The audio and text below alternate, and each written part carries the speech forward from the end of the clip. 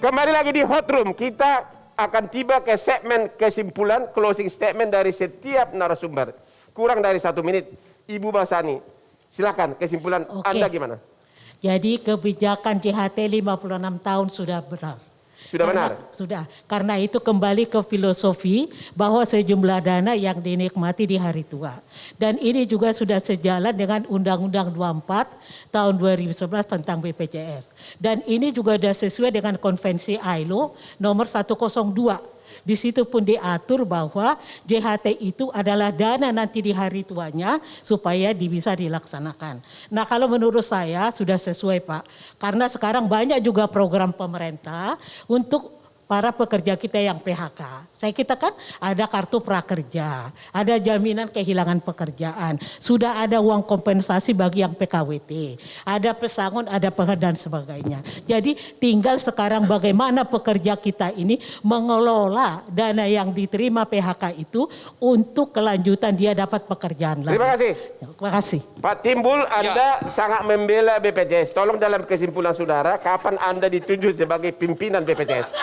Tidak untuk itu. Saya hanya mau mengatakan begini, kami mengamati jalannya jaminan sosial, bahwa memang filosofi kehadiran JHT dan JP untuk masa depan, supaya masyarakat tua kita tidak miskin. Dan itu penggunaan uang itu diatur oleh undang-undang, ya, walaupun itu uang buruh. Dan kemudian itu diinvestasikan, kami mengamati, dan dalam setiap tahun, setiap akhir bulan Juli itu ya, maksimal Juli setiap tahun, yang sebelumnya itu dipublikasi di 2 media massa. Kita bisa baca laporan keuangannya, berapa asetnya, berapa kewajiban klaimnya dan sebagainya. Itu sangat clear.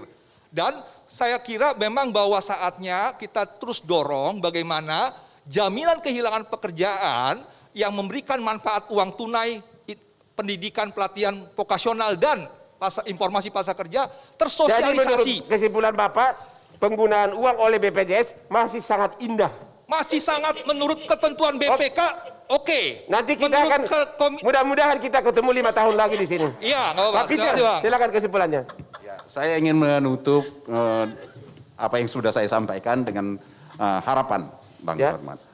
Karena apa yang kita diskusikan, ramainya kita di sini adalah dikarenakan komunikasi yang sangat buruk dari pemerintah dan BPJS. Ya. Jadi hal ini yang harus diperbaiki. Ya, sangat mutlak untuk diperbaiki. Untuk konsep JHT itu baik, tapi kalau tidak dikomunikasikan dengan benar menjadi sesuatu yang tadi terasa pahit. Ya. JHT harus dijelaskan dan jaminan kehilangan pekerjaan harus dijelaskan secara tuntas. Dan kalau itu ada kekurangan, maka itulah yang harus kita perbaiki.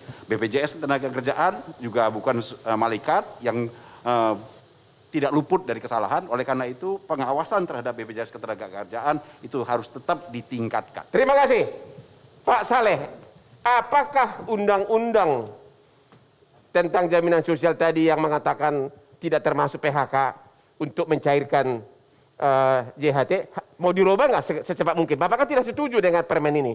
Ya, jadi saya kira ini undang-undang ini sebetulnya kan sudah berumur juga ya, sudah nomor 40 ya, undang-undang 40 ya. Jadi karena itu memang kalaupun mau kita merubah itu harus membaca secara kolektif Bang. Karena ini undang-undang ini SJSN misalnya, dia bukan hanya bicara soal BPJS Tenagakerja, tapi ada di sana BPJS Kesehatan.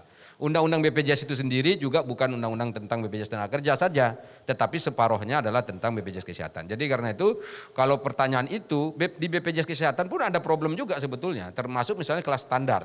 Nah karena itu kalaupun kita mau membahas ini nanti tentu akan kita kaji lagi. Tapi intinya kalaupun kita mau merubah undang-undang apapun namanya yang berkenaan dengan hajat hidup rakyat, rakyatnya harus dilibatkan secara aktif.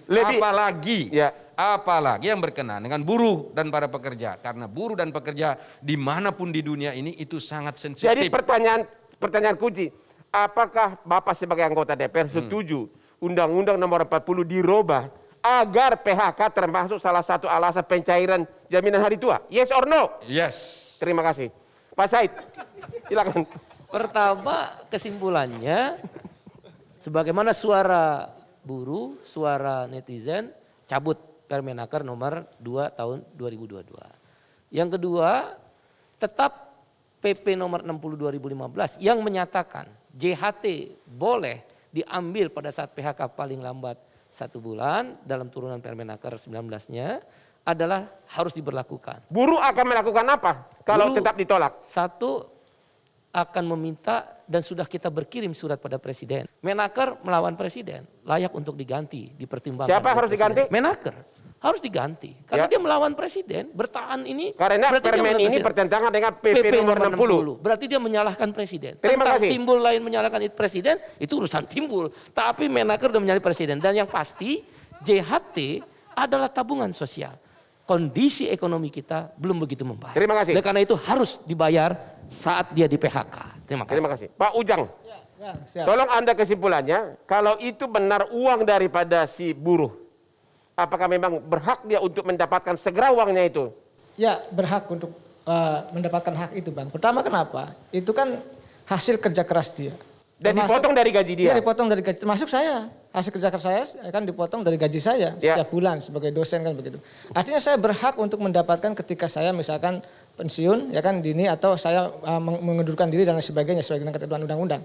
Tetapi yang saya ingin lihat, Bang, secara politik. Kalau ini tidak dicabut ya, ini akan terus seperti snowball. Ya kan menggelinding sebagai sebuah kekuatan besar bagi kaum buruh. Dan tentu yang repot adalah Pak Jokowi. Citra Pak Jokowi akan jelek, akan negatif di mata para buruh. Buruh tadi seperti Bang Daulay katakan ya, bagaimana Omnibus Law gitu kan, undang-undang dicabut loh oleh MK, inkonstitusional bersyarat. Lalu bagaimana upah minimum bermasalah, lalu terakhir sekarang upah JHT, mohon maaf. Ini kan buruh itu sudah jatuh tertimpa tangga. Ini menjadi persoalan, bahkan kita kaum intelektual pun, dosen pun kategorinya masih kategori pekerja. Dan ini memperjuangkan dan kita semua bersuara. Ya oleh karena itu momentum hot room ini ya kan adalah momentum bagaimana permen itu ya dicabut. Sebagaimana tuntutan daripada para buruh yang dikomandai oleh Bang Said begitu, Bang. Terima kasih. Kesimpulannya adalah dalam membuat peraturan tidak boleh dilupakan bukan hanya aspek formalitas hierarki perundang-undangan yang dipikirkan, tapi juga aspek keadilan. Inilah kesimpulan daripada Hot Room. Jangan lupa menonton Hot Room setiap hari Rabu jam 9.30 malam hanya di Metro TV. Dan terima kasih kepada semua narasumber. Sampai ketemu di Hot Room.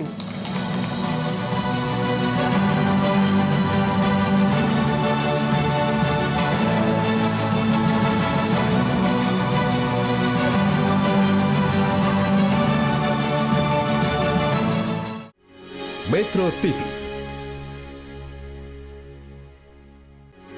Metro TV